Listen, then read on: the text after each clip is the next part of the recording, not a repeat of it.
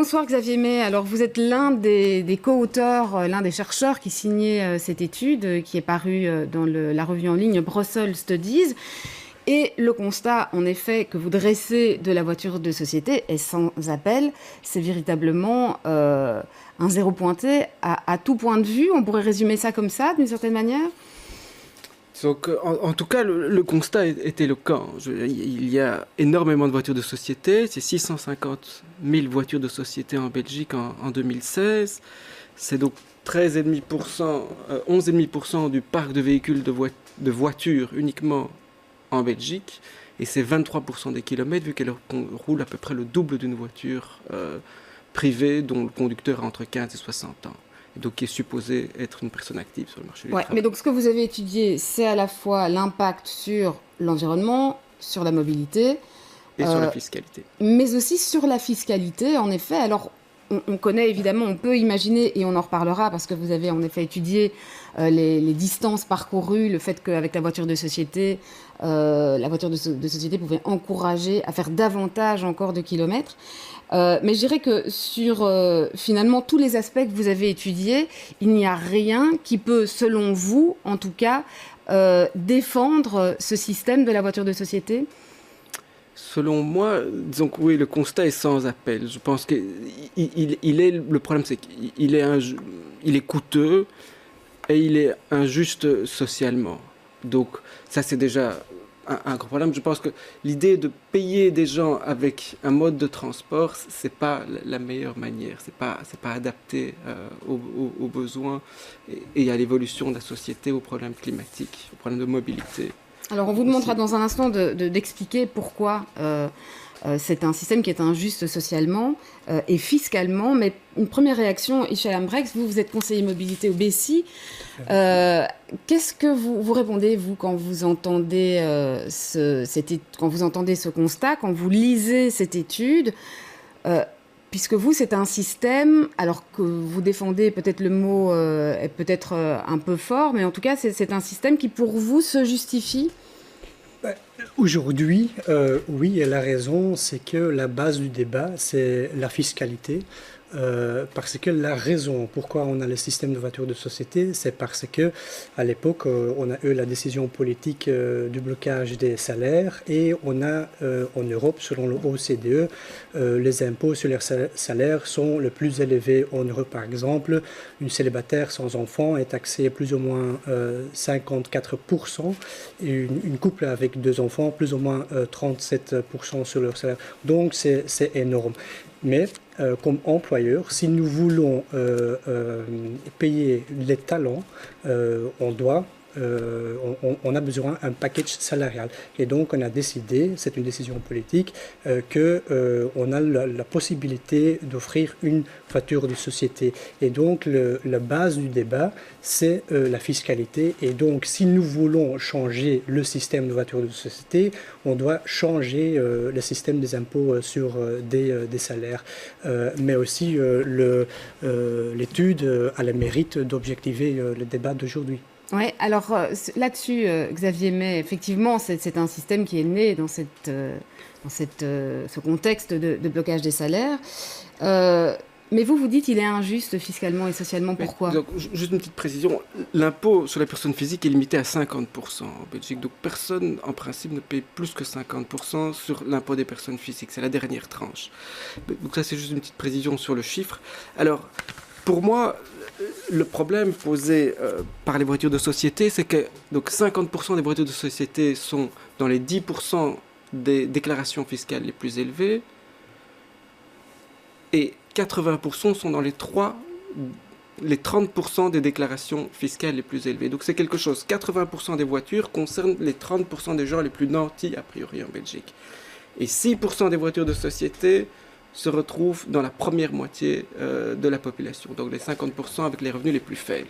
Donc il s'agit vraiment de quelque chose qui est très injuste fiscalement, qui concerne essentiellement les classes aisées, les hauts revenus en Belgique. Donc ça, c'est une chose.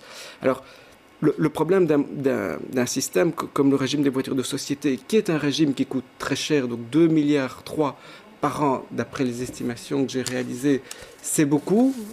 Rappelons-le, la construction du RER, c'est 3 milliards qui est estimé. Ouais, et quand vous dites que ça coûte 2,3 milliards par an, rapidement et en un mot, comment est-ce que vous expliquez ce chiffre?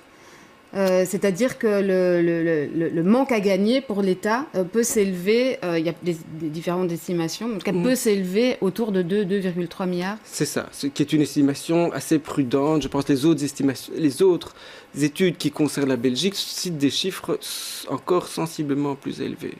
Ouais. Alors peut-être rapidement une réponse là-dessus, Michel Ambrès, quand on voit effectivement que les voitures de société finalement bénéficient aux plus nantis. Est-ce que c'est également l'expérience et les retours que vous avez du terrain, du secteur économique?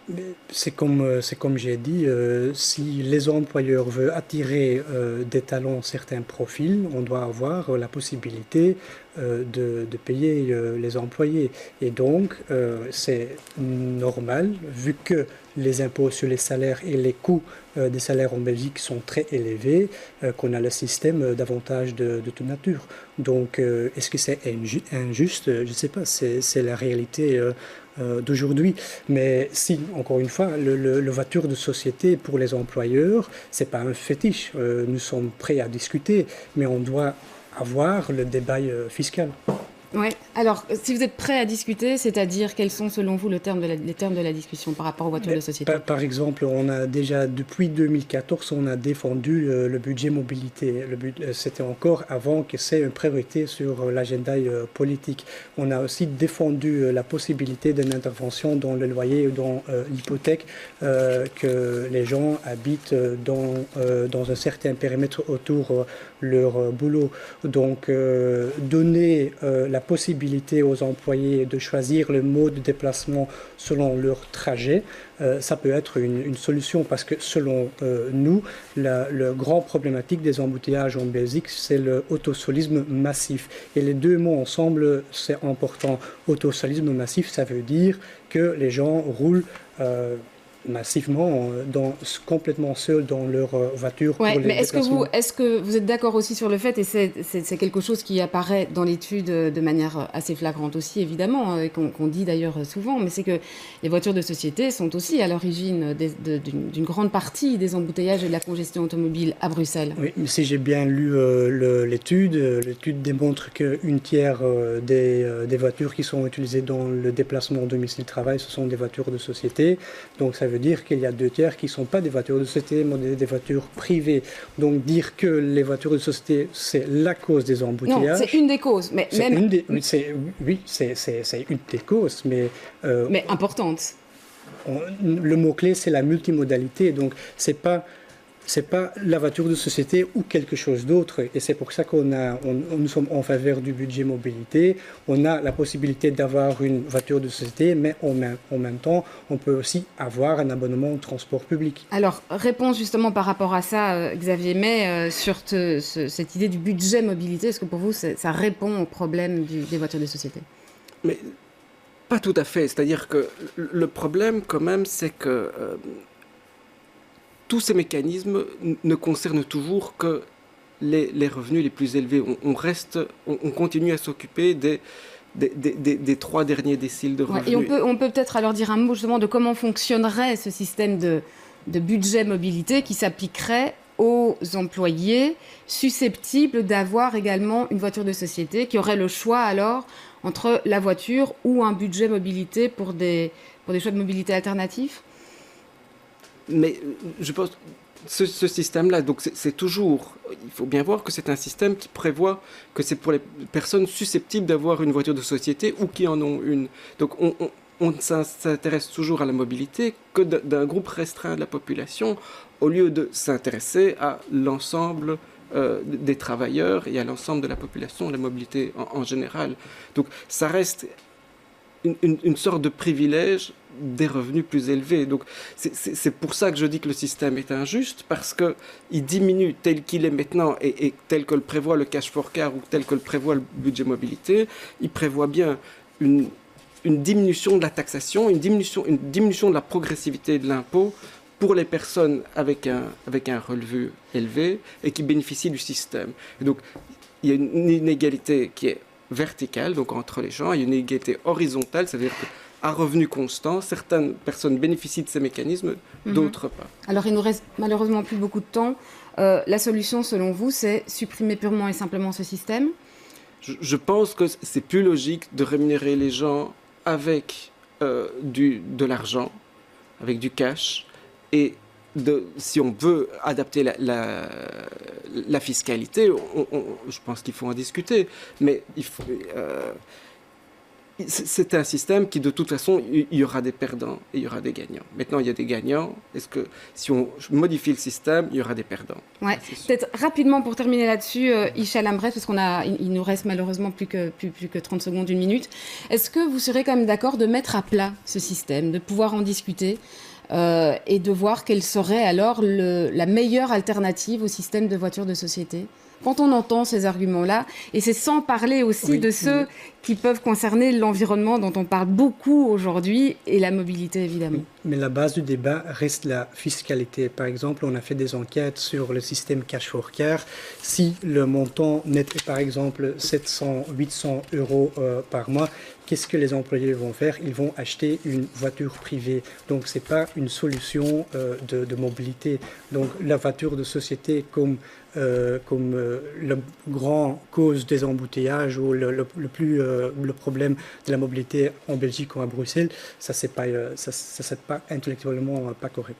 Ok, très bien. Merci. Vous vouliez encore faire une rapide réponse par rapport à ça, en fait? Je voulais juste dire que les déplacements domicile-travail d'une personne avec une voiture de société, c'est la moitié des kilomètres parcourus, c'est 15 000 km par an.